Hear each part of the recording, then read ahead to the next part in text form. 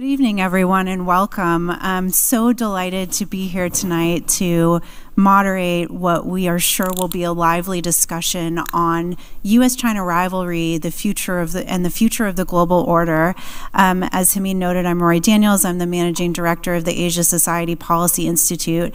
And before I turn the conversation over to both Kishore and Orville for some initial thoughts on U.S. China competition, I do want to talk a little bit about where we are right now. So over the last, let's say, 25 years, there have been so many changes in this U.S. China relationship, in part because these countries have changed so much over 25 years. With China's entry into the WTO, with the process of globalization kind of churning forward much more speedily from that engine, there's really been a shift in the balance of power in Asia. And there have also been numerous kind of new opportunities and challenges created by that process of economic integration, but also the technological revolution that we're all experiencing. They've really changed the way these two countries see each other and see their place in the world. So we're in a period now where the U.S.-China relationship has gone from being on relatively cooperative footing under the George Bush II administration, under the Obama administration's process of diplomacy, the strategic and economic dialogue, to really facing a new set of irritants and challenges in the bilateral relationship. Some of those challenges have to do with, China's shifting system as China kind of goes up the economic value chains and starts to prioritize things above wholesale economic growth. Some of those shifts have to do with U.S. reactions to globalization and the blame that has been put on China, rightly or wrongly, for its role in, perhaps eroding U.S. competitiveness, economic competitiveness in the world. But either way, however you look at the situation, there's no doubt that the relationship is now seen as one not of cooperative coexistence or diplomacy first, but really of strategic competition and in some cases, strategic rivalry. So with that backdrop in mind, I want to start with Kishore and then turn to Orville for some opening remarks. What, from your perspective, are the U.S. and China competing over, and why? What kind of end state do you think that these two countries hope to achieve in terms of their role in the world, but also their relationship with each other? So over to you. Thank you, Rorry. First, let me begin by thanking Hamid and you for welcoming me back to the Asia Society. I do feel like this is almost my second home, because I first came to the Asia Society in 1984, 40 years ago, when I was first appointed Singapore's ambassador to the UN, and I used to come here all the time. So to come back here is like coming back home. And I'm also very happy to be a Perry Wellhouse Fellow, representing UPenn here also at this discussion. So to answer your question, Rorry, I think before you can answer the specific question about the direction of U.S.-China relations, it's important to emphasize that we are dealing with it within a very, very different global context. And we have to understand this different global context if we're going to understand the dynamics that are also driving the U.S.-China relationship. And there are at least three fundamental ways in which the world has changed now. Firstly, to put it very bluntly, the 21st century, where most of the U.S.-China competition will take place, will be the Asian century. Now, what do I mean when I say it's going to be the Asian century? It means that the shift of economic power is going to move to Asia. The largest economies will be in Asia. And just to illustrate that point, in the 1960s, not so long ago, out of the top 5 economies, 0 were Asian. 0. Today, 3 out of the top 5 are Asian. And that future growth, as you know, is going to come from Asia. So that's one big shift that is happening. The secondly, on the geopolitical front, clearly we are moving from a unipolar world to at least a bipolar world, And I like to say that it's actually a bipolar world in a multipolar sea. Because lots of other new powers are emerging, becoming more assertive. And so the unipolar moment that the United States enjoyed at the end of the Cold War is gone. But many people haven't adjusted to the fact that it is gone. And that you now have to live in a world where you have to contend with peer powers and other significant powers who are not necessarily going to bend to the wishes of the great powers so easily. So it's a much more complex world that we have to deal with. And thirdly, an equally important point, in the cultural dimension too, we are seeing some fundamental shifts that are happening, where we've had a world, in a sense, that has been dominated by one civilization, Western civilization, for the past 200 years, and Western states, as you know, colonized the whole. 100 years ago, if you were sitting here in 1924, the West ran the whole world effortlessly, right? Now you have a multi-civilizational world, where civilizations that have been dormant are re-emerging and coming back in strength. So even on the cultural front, it's a different world. So within this larger global context, we are also seeing the U.S.-China contest. So why is it happening? The reason, quite simply, is that the United States is doing what exactly any number one power would do when it sees the emergence of a competitor. It makes sure that the competitor doesn't overtake it, so it is pushing it down. That's what all great powers have done. So what the US is doing is not surprising. It's predictable. And if you put X or Y, that's exactly what will happen, because the US has been used to being number one. It doesn't want to see this place to another power. But at the same time, while this is predictable and expected, what is not clear to the rest of the world that is obviously watching this contest and is very worried about this contest, what exactly are the main strategic goals of the United States in this contest? You know, and this, frankly, as I say in my book, Has China Won? That insight I got from Henry Kissinger in a one-on-one conversation when I was writing my book, Has China Won? And Hamid, to some extent, you alluded to it in your remarks too. So, for example, is it the goal of the United States to stop the economic growth of China? Maybe that's why you have trade tariffs, chips, sanctions, and so on and so forth. Is that the goal? Can't be done. Or is it the goal to overthrow the Chinese Communist Party? Again, I'll explain later, it can't be done. Or is it the goal to do what the United States did with the Soviet Union, contain it effectively, leave it confined to a small universe, and have it disengaged from the rest of the world? Again, as I'll explain later, it can't be done. So then at the end of the day, what the world is asking is, what exactly does the United States want to accomplish in this contest, and what will be the end game? Okay, fantastic. Well, you've already put a lot on the table for us to come back and discuss, including fundamental changes, the rise of a multipolar system, the economic power and dynamism of Asia, new cultures, which I think is a really interesting point we should circle back to, but also raised a lot of questions about U.S. strategic goals. So, Orville, could you give us your perspective? What are the U.S. and China competing over, and why? You know, what does the U.S. hope to achieve with this, and what is the end state that we're looking for? Well, it's always a great pleasure to talk with Kishore, because it immediately makes me think in ways that I don't normally have to think. The first thought that occurs to me after hearing your remarks is this.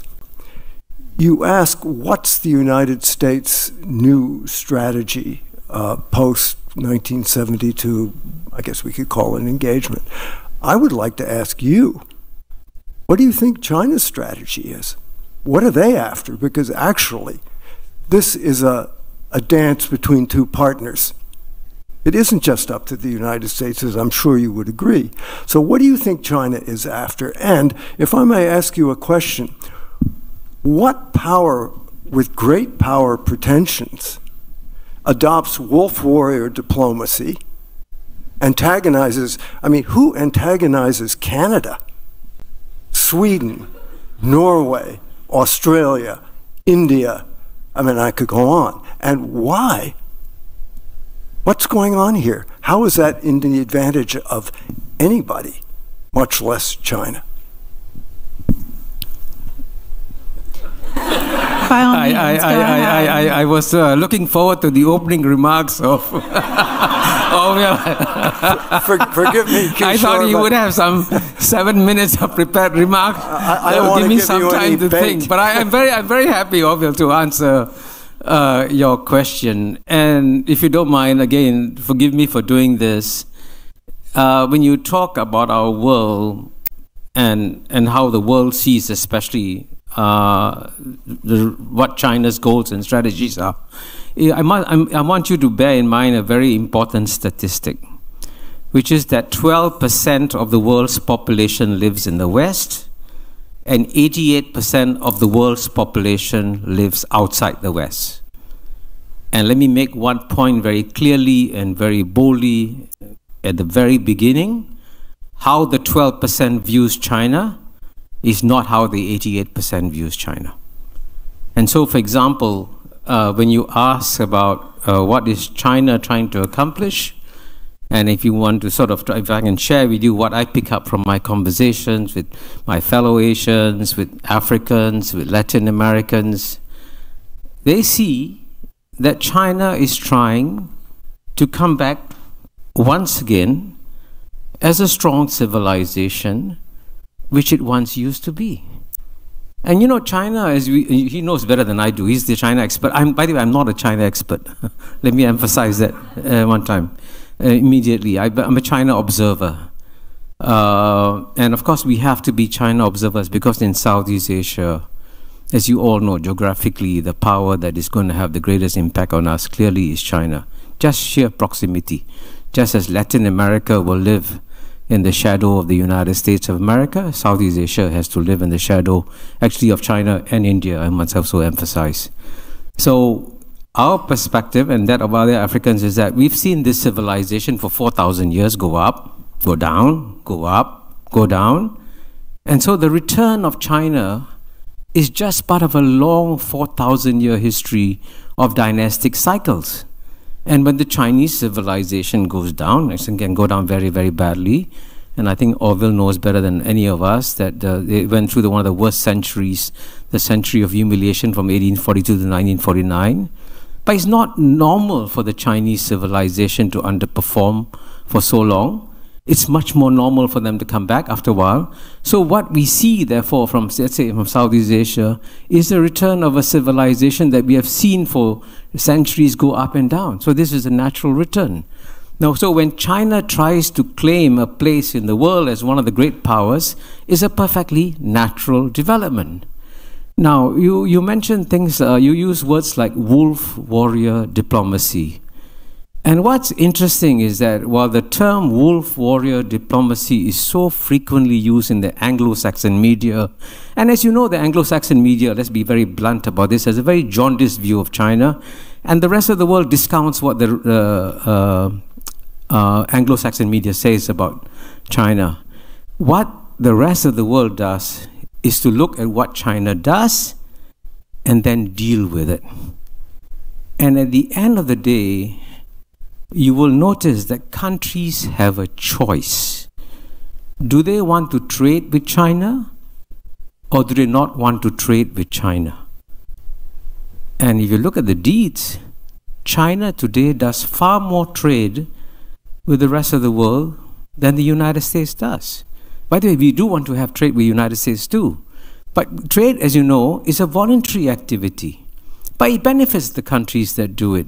So you take a country like Brazil, which is much, much closer to the United States than it is to China. 20 years ago, it took Brazil 1 year to export $1 billion to China. Today, it takes Brazil 60 hours to export $1 billion to China. So why shouldn't Brazil have a normal trading relationship with China? So you can see, therefore, the point I'm trying to suggest to you is that if you look at many of the countries in the global south, not all, at many of the countries in the global south, they're very happy to have normal relations with China, and they have no difficulties. The difficulties have come, as I said, primarily between the United States and China for understandable reasons.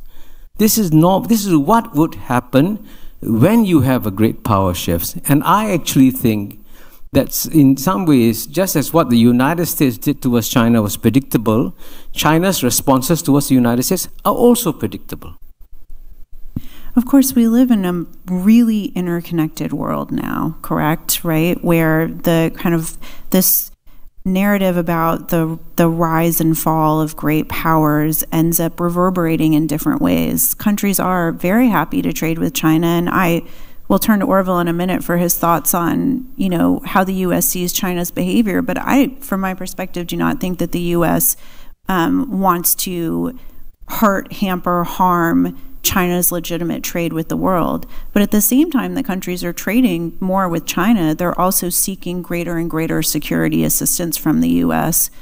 Orville, could you break this down a little bit? What are some of the concerns about China's behavior as it rises that are causing this kind of demand signal for more U.S. Western attention, perhaps including some of the economic coercion activities you mentioned with Canada?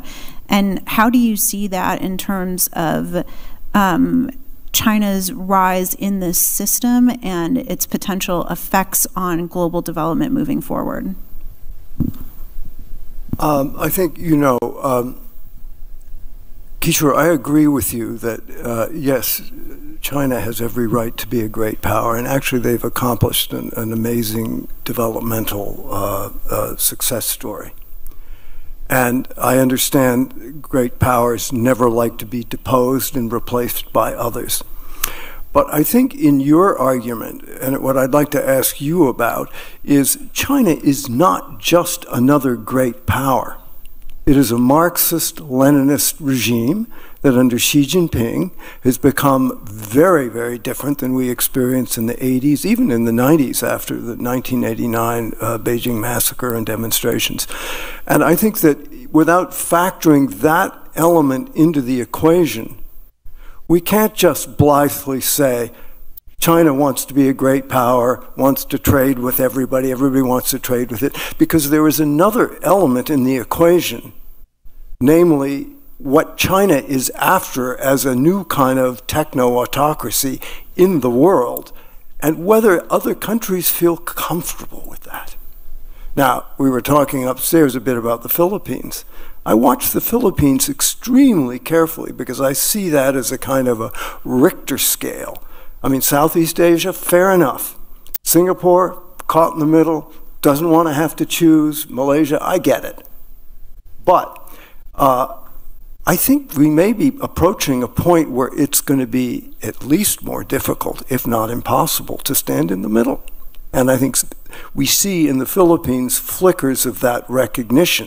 Now, admittedly, the world is always in flux. So I'm curious to know how you view the internal political shift in China, where it is returning to a much more sort of Maoist mode, not completely so, and how other countries, the comfort levels they feel about accepting China's hegemony in Asia, if not in the world.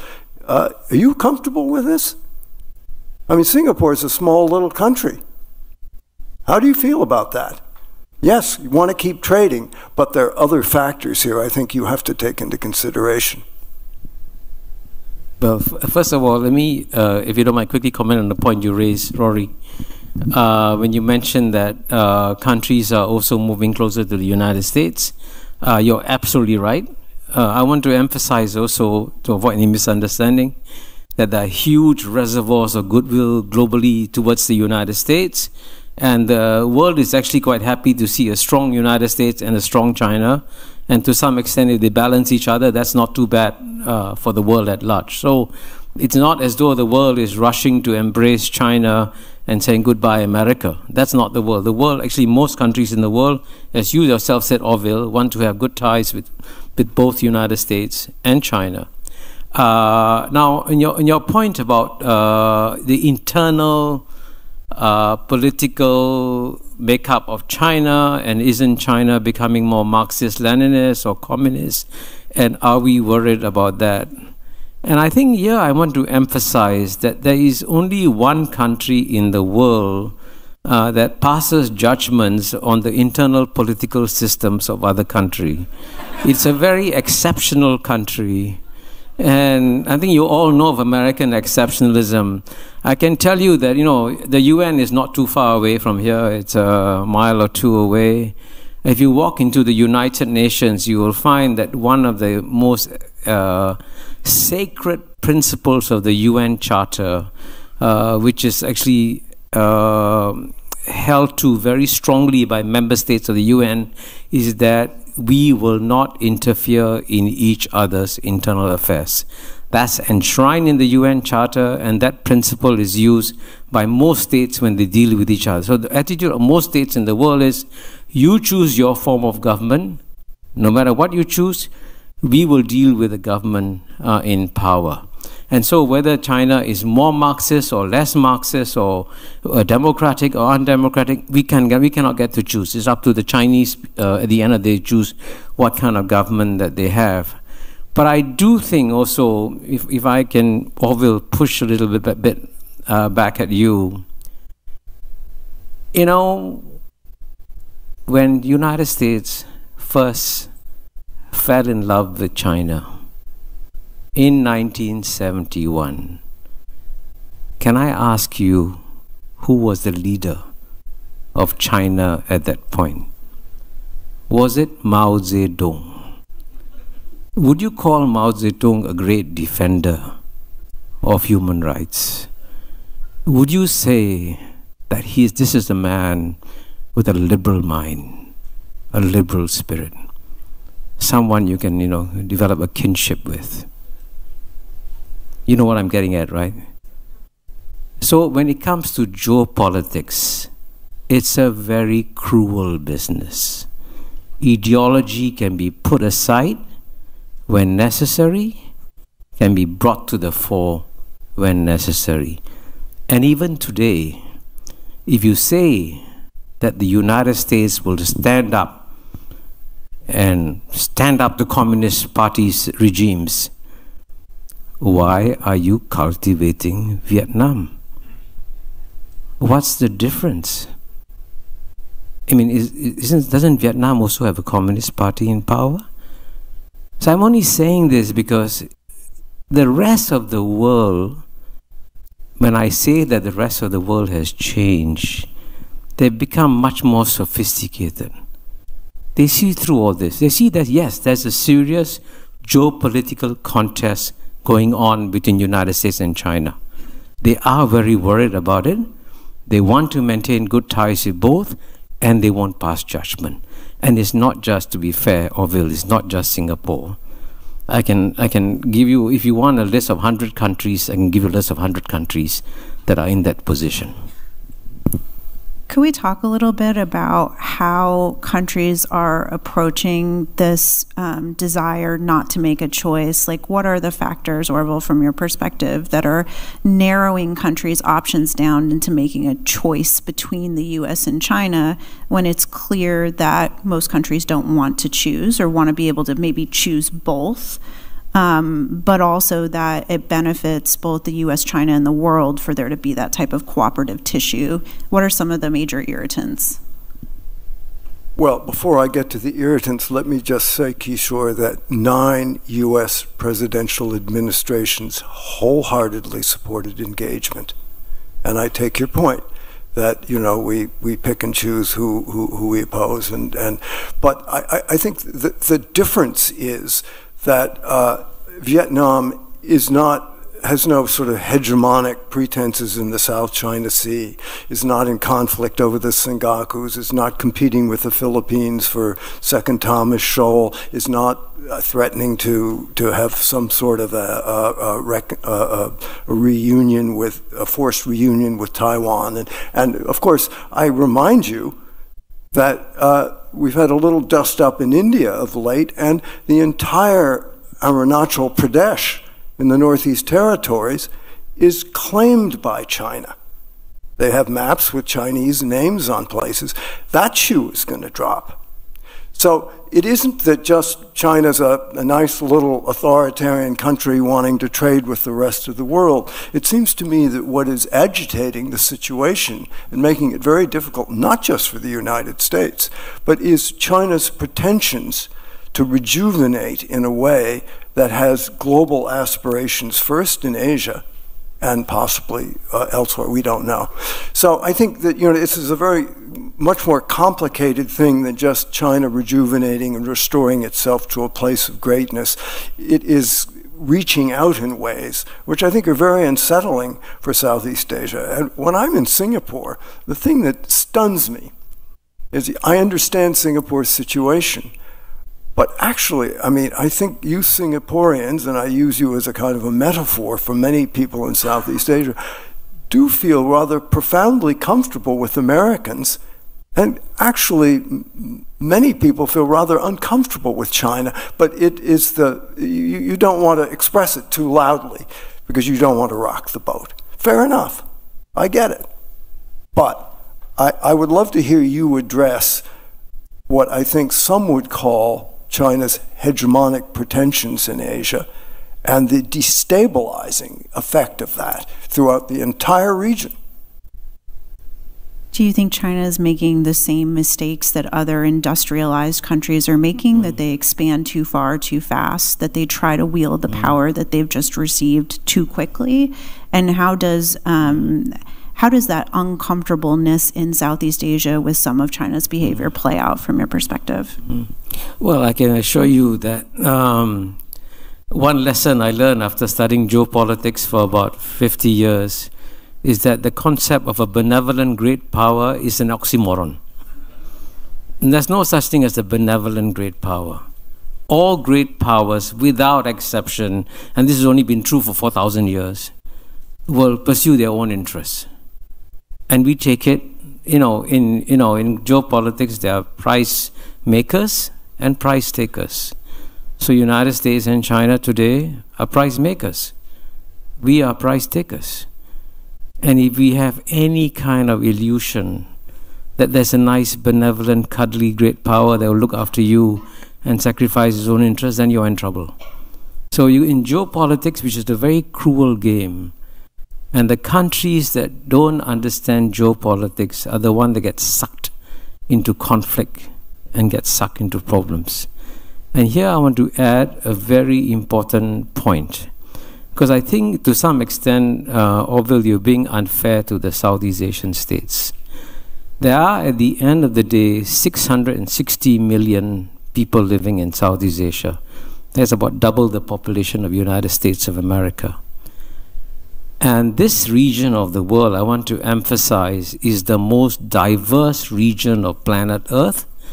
Out of 660 million people, 250 million are Muslims, 150 million are Christian, 150 million are Buddhists, Mahayana Buddhists, Hinayana Buddhists, Taoists, Confucianists, Hindus, and as I told you, we have lots of communists also in Southeast Asia. If there was one region on planet Earth that should be destined for war and conflict, and the British describe it as the Balkans of Asia, that was Southeast Asia. Now, can you please ask yourself a simple question? Why have there been no major wars in Southeast Asia since 79? That's 45 years. There is a hidden genius in Southeast Asia, in ASEAN. We know how to manage geopolitics.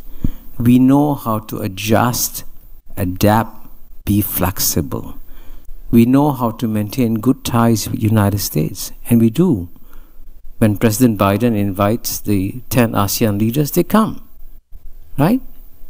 And when President Xi invites the 10 ASEAN leaders, they go. And when Prime Minister Albanese of Australia invites 10 ASEAN leaders, they go. So if you want to learn, if you want to enter a world in which different cultures and civilizations want to learn how to live in peace with each other and can live in peace with each other, come to ASEAN. come to Southeast Asia, please don't be condescending towards this region. This region has accomplished some remarkable things that the whole world can take lessons from. And lesson number one, learn from us how to avoid wars.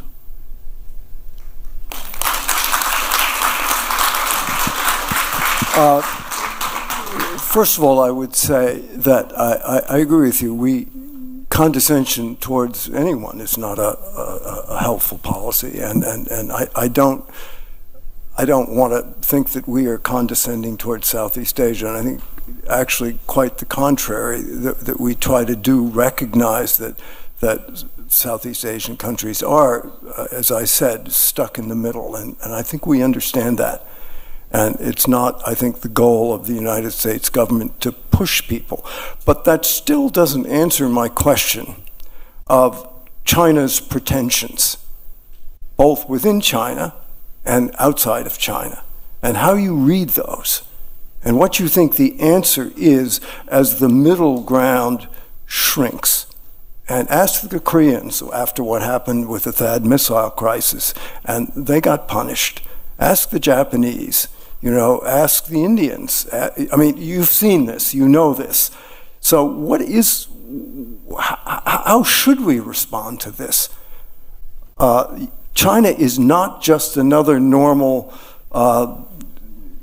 quasi-democracy trying to find its way in the world and to rejuvenate and reattain great power status. It is a particular kind of a political structure with a particular kind of worldview. And I wonder, what you think the proper response to China is. Just let it alone? Pull back the 7th Fleet?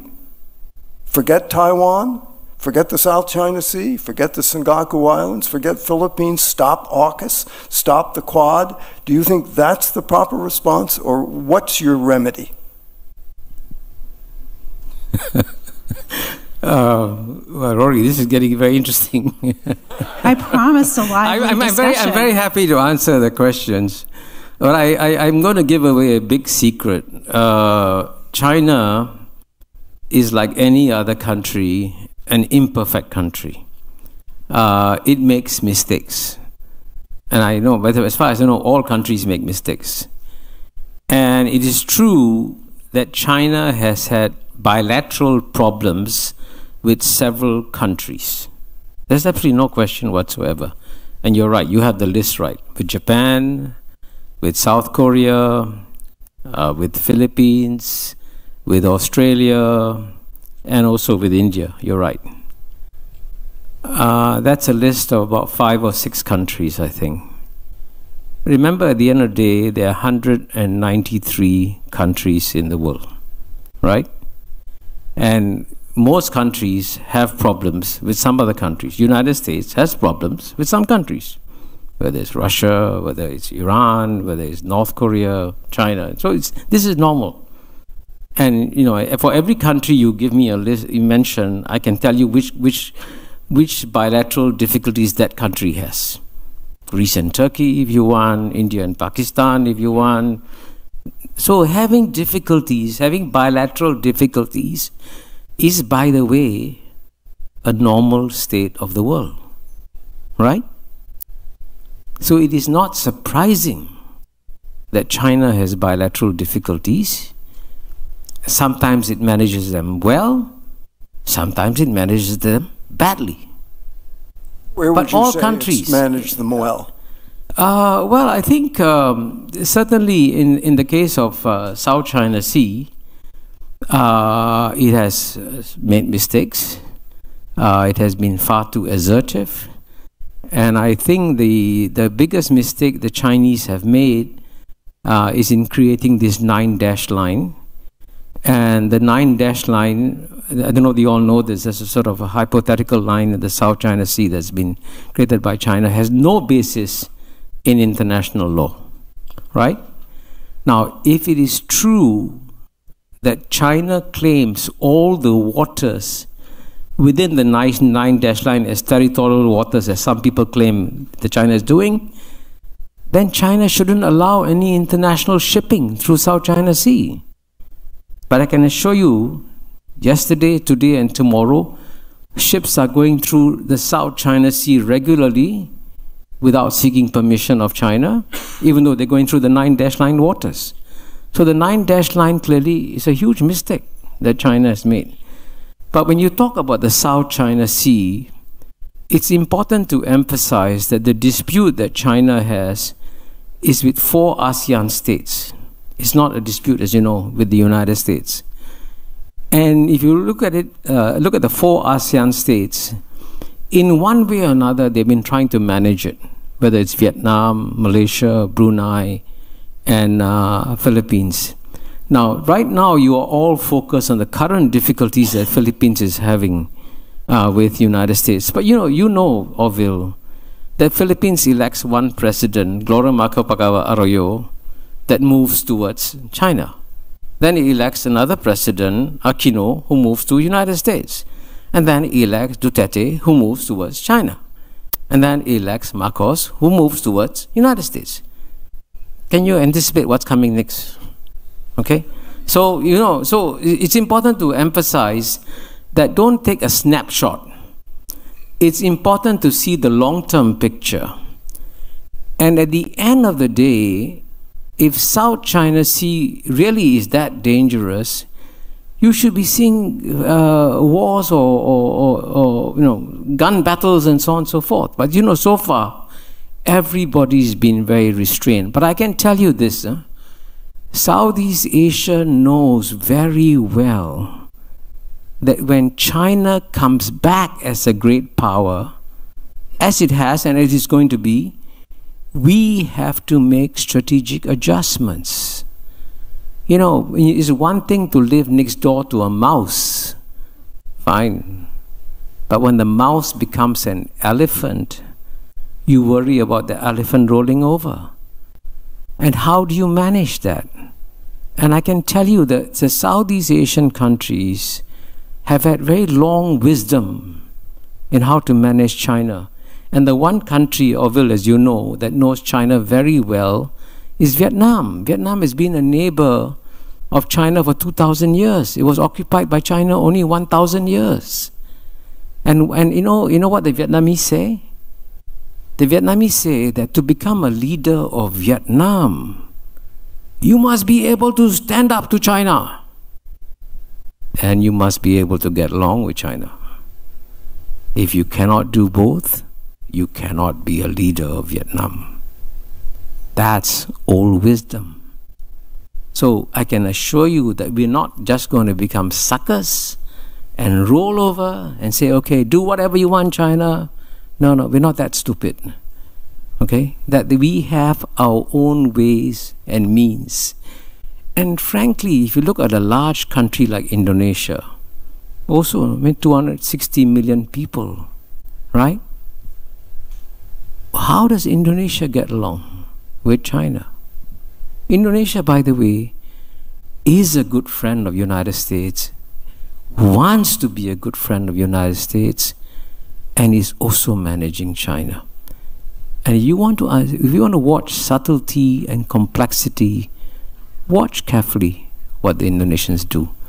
Then you understand that the Asians have a level of sophistication and subtlety that you will never see, but it's real, and it works, and it prevents wars. Orville, I want to turn back to you to try to get an answer to my original question. Oh, this has been a fascinating back and forth. I've really appreciated your views. Let me ask it in a slightly different way to try to elicit your response. What kind of China does America want and need in the world in order to stand up to China and get along with China? Well, of course, America is also a very fickle country, an unpredictable country, and it's easy for us to think that it should act rationally, and maybe does act rationally sometimes, but it doesn't. I think, the ideal world was paradoxically and quite tragically the world we had, which was engagement. It was I think Henry Kissinger was absolutely right. He threw the switch And he didn't call it engagement then. We didn't know about engagement yet, but it became that. And the conceit of engagement was, let's accept each other more or less, let's trade, let's exchange, let's try to get along and slowly see if we can't get on a more convergent pathway. And I think you all know that America actually, this was, I think, a really good example of American leadership. And I will remind you, after the Beijing massacre, what did President Bush do, who was at the initial, before we had an embassy, he was in Beijing representing the United States. He sent Brent Scowcroft to see Deng Xiaoping secretly. Didn't even tell Ambassador Jim Lilly that they were going. The transcript of that meeting is very telling, because what it shows us was Scowcroft really got berated by Deng Xiaoping, who actually I think is quite a hero. I don't want to malign him, but only to say that Deng saw the demonstrations as caused by the United States and was very abusive to Scowcroft, who was saying, please remember President Bush thinks of China. The China relationship is important, wants to continue it. I raise that only to say that I think the United States has gone the distance to try to find a way to do exactly what you propose, Kishore, which is to accept, maybe not completely, but to get along, work it out, see if the future can't hold a better future, a more congruent future. And I think what we see, if I may just quickly jump to the end here and then stop, is that in a certain sense, if I read this correctly, I think Xi Jinping has brought engagement to an end, sadly and tragically, both for us, for you, and for China. And I ask you why. How do you explain it? And that changes the game completely.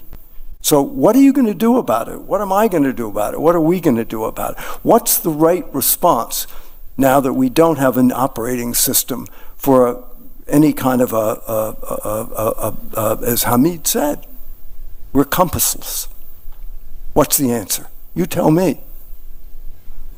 Could you actually talk to us a little bit about where you think the U.S.-China relationship could more productively go? I mean, I think, Orville, a lot of the points that you've made, and also Kishore, the points that you've made have really pointed to a very deep strategic mistrust between the U.S. and China. We don't trust each other's political systems. China thinks the U.S. is fomenting color revolutions inside the PRC because of American democracy.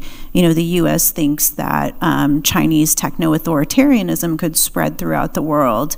We don't have agreement on what we are doing with regard to our Taiwan policy. We're definitely interpreting each other's actions as aggressive when we see our own as defensive. So how do we manage this strategic mistrust? And maybe if we can throw in Orville's layer, how do we do it in the Xi Jinping era? Yeah, great questions. Strategic mistrust, you're absolutely right. And I can tell you that this strategic mistrust between United States and China worries the whole world a great deal. Because at the end of the day, no matter what you do, the reality is that China, frankly, has already emerged as a great power. I don't buy the conventional wisdom in the Anglo-Saxon media, which is, by the way, always wrong on China. In 1990, when the economists first predicted the coming collapse of the Chinese economy, in 1990, the Chinese GNP was $360 billion. A few months ago, the economists again came out with a story saying the Chinese economic growth is over. But then it had grown to 18 trillion. It had grown 50 times after 30 years of predictions of the coming collapse of China. Why do I emphasize that? China's rise is unstoppable. And it's not driven by you or by me. It's driven by 1.4 billion Chinese people. And I'm sure you read the column by Martin Wolf in the Financial Times last week, in which he said, if 1.4 billion Chinese people decide to become prosperous, nothing can stop them. And the Chinese people have this great desire to do as well as the rest of the world. And so they have China, by the way, China's economy has serious problems. Property bubble, demographic challenges, lack of investor confidence. These are all real issues. But at the end of the day, what we have learned is that if there's one set of policy makers that seem to know how to fix their problems, gradually, it is China. Now, if you want me to answer your question directly, Orville, about President Xi Jinping, I want you to know that, again, I want to go back to my point of 193 countries in the world. Almost no other country in the world passes judgment on the quality of the leader that they are dealing with. They accept the fact that he is the leader and we have to deal with him. Good, bad, friendly, unfriendly. And frankly, I want to tell you this, if you don't mind, very directly. If you did a poll of 193 leaders and asked them in 2017, 2018, would you rather deal with President Xi Jinping or would you rather deal with President Donald Trump? I tell you, 193 countries would vote in favor of Xi Jinping. I'm serious. So, when you emphasize that, oh, it's a leader that's a problem, it's not the problem. You have to deal with a country. And I can tell you this, you know, since I've spoken to many people, especially in third world countries, who have dealt with President Xi, they don't share your vision of President Xi. They see him as a sane, sober, rational, predictable leader who is advancing China's interests quite effectively. I mean, at the end of the day, you look at where China was when he took power, 2014, where China is 2024, it has come a long way. So whatever we do, we don't underestimate him or China. By the way, we also don't underestimate United States. I want to assure you that the respect for United States is deep and profound and very strong.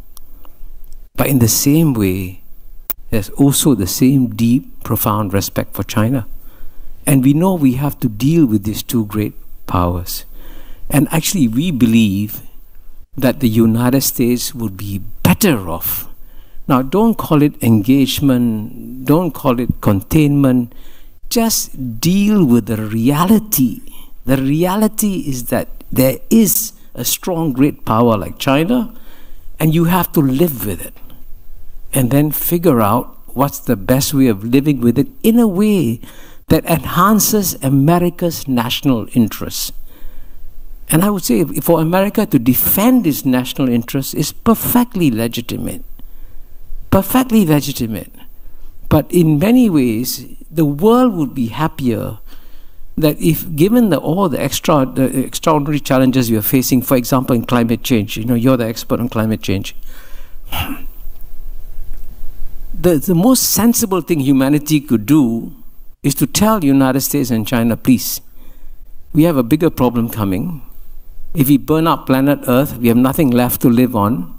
We're destroying the only ship we have. Why don't we press the pause button on this geopolitical contest? Frankly, it's less important than the global challenges we face. So if you ask me what the rest of the world thinks, they actually hope that the United States and China could find ways and means of dealing with their differences in such a way that it doesn't destabilize the rest of the world and allows us to focus on what's really important that's coming in the future. We need to turn to our audience and get them involved in the questions. But from my perspective, I think that is what reasonable people in the U.S. government are trying to do with the strategy of strategic competition. The question I think that Hamid raised at the beginning is instructive. Do we have the strategic vision to carry forward our national interests, the defense of our national interests in a rational way that does not make the problem worse? Please, the audience, throw us your questions. You can raise your hand. I see one hand right here. A mic will come to you shortly, and we'll take your questions.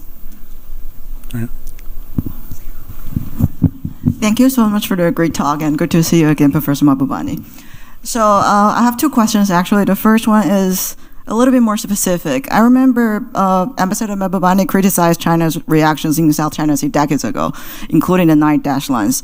So how would you assess its recent approach to the Taiwan Strait, including what happened a couple of days ago, the new fishboat incident? And it's being in the country criticized as being not aggressive. So do you think they learned a lesson from the past and become more moderate these days? But they also exert more military controlling areas that used to be co-patrolled. And the second question is, you talk about the different leaders. So forget about a long-standing regime possibly in China. What if Trump comes back this year? A couple of years ago, you criticized, you had an article saying that Trump helped China to gain international reputation during his presidency. So what if he comes back in the end of this year? How do you think this is going to affect the bilateral relationship? Thank you. I'd like to give you both a chance to answer those two questions, so we'll start with you, Kishore. Okay, the first question was on Taiwan. Second question, what happens if Trump comes back? Okay. Now, by the way, I think we all know, I think Orville would agree, that by far the most dangerous issue in the U.S.-China bilateral relationship is Taiwan. If there's one thing that could cause a war between the United States and China, it is Taiwan. And I think you all know that from the Chinese point of view, Taiwan is the last living symbol of the century of humiliation, because Taiwan, as you know, was first separated from China after China lost the Sino-Japanese War in 1895. So not bringing Taiwan back is seen like a sort of a continuing wound in Chinese civilization that has to be fixed. But at the same time, to prevent war, the best thing we can do is to keep the status quo as it is and not change it in any way. And so those who want to preserve peace in Taiwan Straits keep the status quo. And some of it is fictional, of course. The fiction is that the Republic of China represents all of China. But that's a fiction that's actually very important for peace. The minute you drop that, you create war. Now, at the same time, I think we must all understand and respect the desire of the people of Taiwan to keep their lifestyles as it is. They don't want to change. They don't want to join mainland China. That's understandable. But if you want to find a solution that accommodates both the desire of the Taiwanese people to keep the way of life they're used to without any change whatsoever, without any fear, without any different, and to also prevent a war, it can be done. But the question is, do you want to see peace across Taiwan Straits, or do you want to see a war? So I'm hoping, and I must say, to be fair, many U.S. administrations have understood that very, very well. So when President Chen Shui-bian of Taiwan emerged, as you know, in around 2003, 2004, it was President George W. Bush that made it very clear to President Chen Shui-bian, I will not allow you to have a referendum.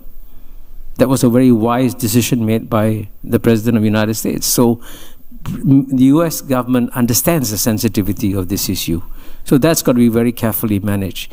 Now, in the case of what happens when Trump comes back, I think... If Trump comes back. Huh? If Trump comes back. Oh, if. We're not being predictive. Please delete that from the record. No, I'm sorry. No. By the way, let me be very blunt, very direct. I would say most countries in the world would be happier if President Joe Biden's elected. Let me be very clear about that. I mean, President Joe Biden is a very predictable, careful, sensitive president who, as you know, has made many friends around the world. But President Donald Trump version 2, if he comes back, will, I think, be a much bigger challenge for the world. Much, much bigger challenge for the world.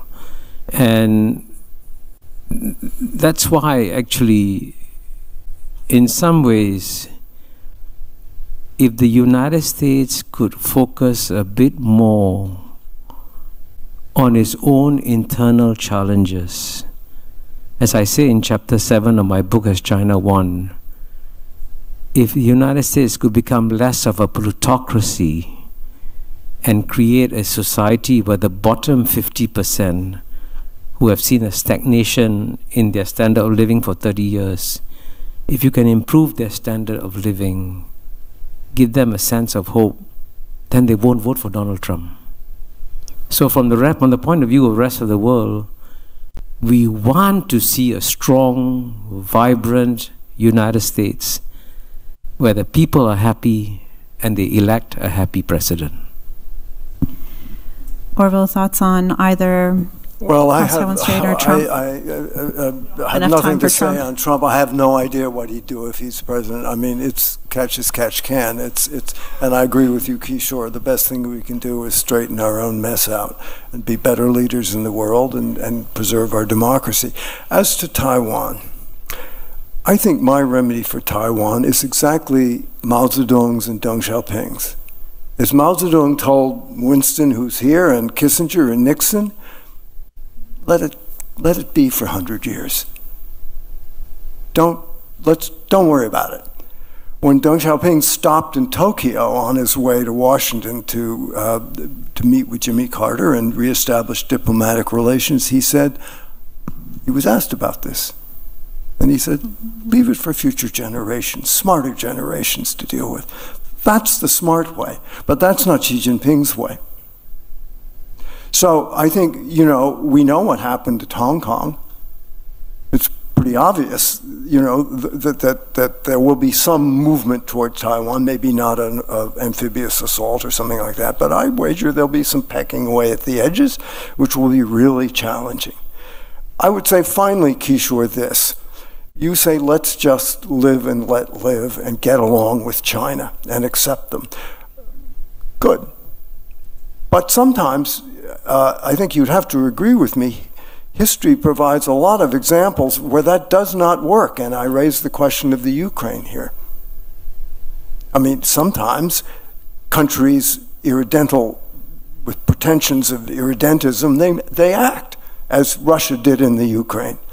I fear that could happen in some way in the Taiwan Straits, or in the South China Sea, or with the Senkakus. And I think it's a very foolish pretension that China has, that this wound, as you describe it, is so deep that they have to go up, possibly blowing up the whole Asian economic miracle. And they take down Singapore with them. Let's take a few more questions grouped all together if we can. I'm going to say 1, 2, 3. We'll take all 3 questions while we're bringing the mic to the first person. On the Taiwan Strait, I think it's really instructive to remember that though there was this fishing boat incident, it did not escalate into a crisis. And there's probably very clever, smart diplomacy between officials or with officials in Taipei, Beijing, and Washington that made sure that that incident was relatively well contained. So a bright spot in an otherwise messy neighborhood, right up here. Thank you so much. I'm curious to hear your thoughts on China's increasing military presence in West Africa, Equatorial Guinea, and now potentially Djibouti as well. I'm sorry, could you repeat that? China's increasing military presence in Africa. China's increasing military presence in Africa. Thank you. Yes. Next question. Where are we? Right here? Yeah, hi. So thank you both for this really interesting talk. But it seems like on the side of China, we're spending a lot of time talking about what feels like the China of 2009, when they were at their peak in terms of influence, when comparatively their system of state-backed capitalism looked much better than the rest of the West. And well, don't fully agree that the United States is the only country in the world that judges the leadership of other countries. China was also very judgment-free. This was the time of a lot of infrastructure investments. But I think that's not the China of today, and especially after the pandemic, I think there's a lot more erratic leadership, and a lot less of this kind of rule by council, first among equals, that you saw before when China was more stable. And so I think that fundamental question of the China of today with Xi Jinping, with a much more personalized leadership, does seem more unstable. Does that not worry more of these countries than that, that list of who would choose between the United States and China? I don't think that's an operation anymore. Is that the question? What are other countries in the world thinking about the stability of Xi Jinping's leadership today? Yeah, it's much different leadership in China than it was before the pandemic and since the financial crisis. Okay, we have time for one more question. I apologize. I know a lot of you have the hands in the air. Maybe we should answer them as they come up, or we'll forget them. I've got them.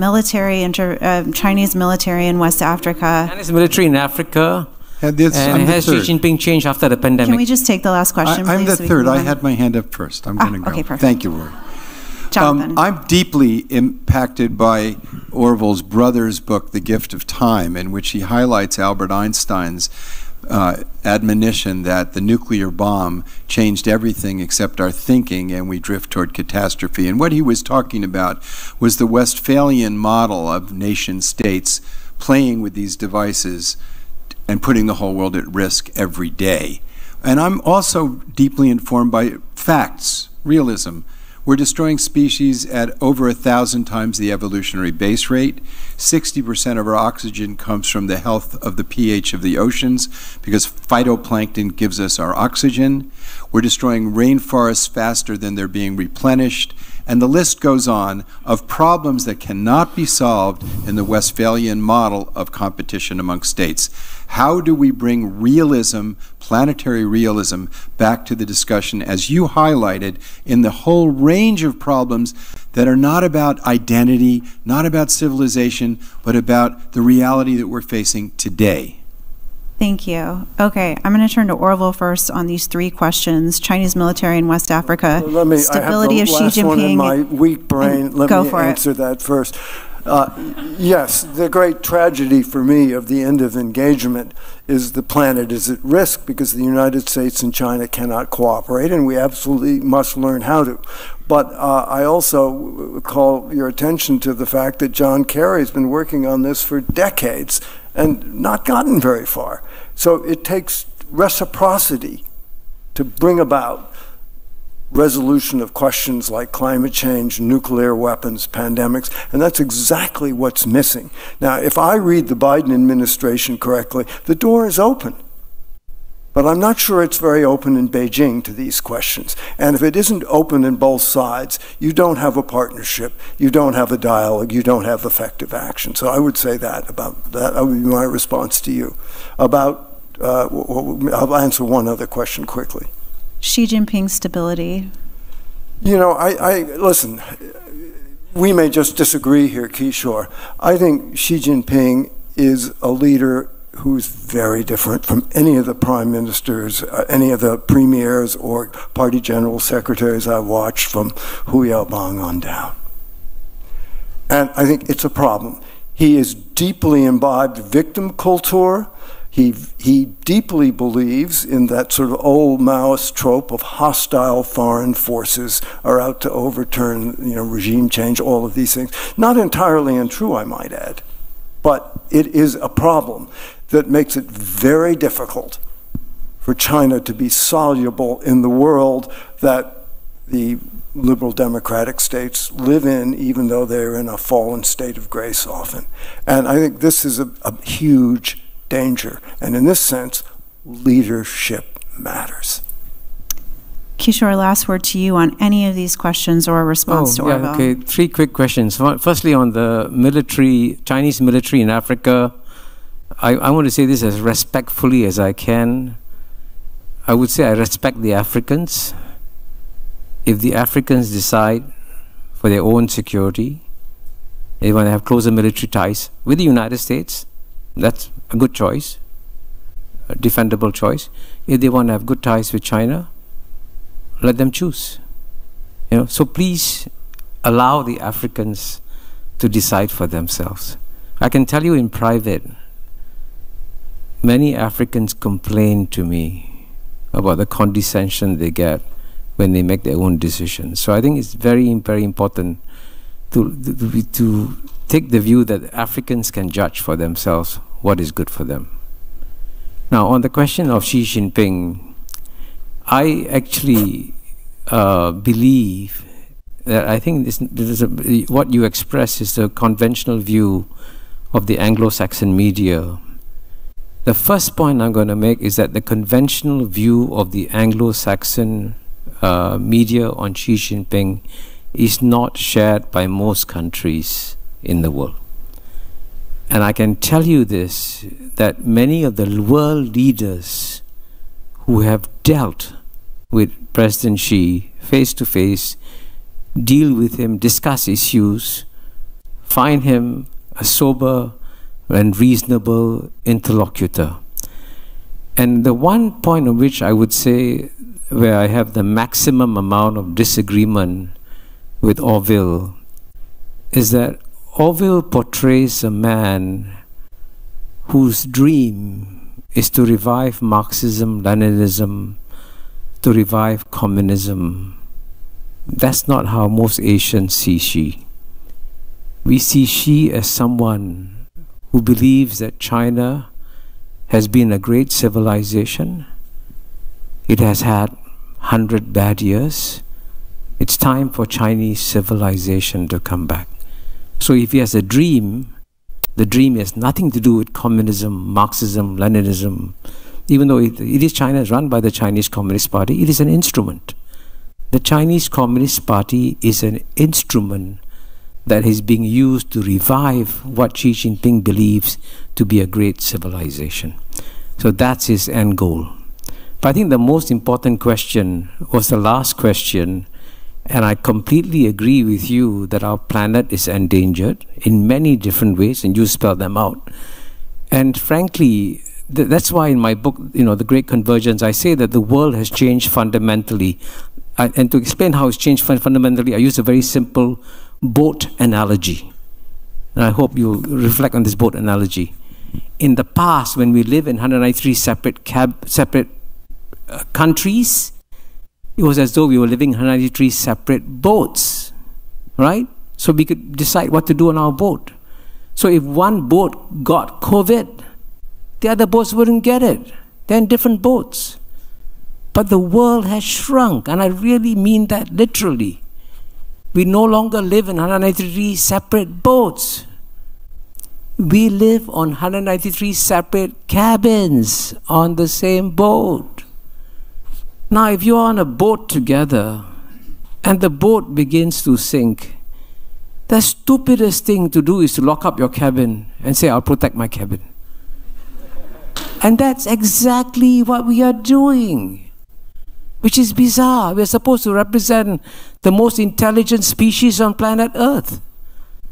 But we're doing something completely stupid in response to these great planetary challenges. And that's why I say the wisest thing you can do about this geopolitical contest between US and China, at least just press the pause button for a while. Look at what's happening in the world. Focus on the real global challenges. Maybe after we fix them, then we can go back to the squabbles. Thank you. All right, we have reached, thank you guys all so much. We've reached time. I think that we have not resolved the U.S. China rivalry, but hopefully you were entertained, and also if we can keep having conversations like this, including bringing prominent Asian experts to this New York audience at the Asia Society, we have a much better chance of being enlightened, wise captains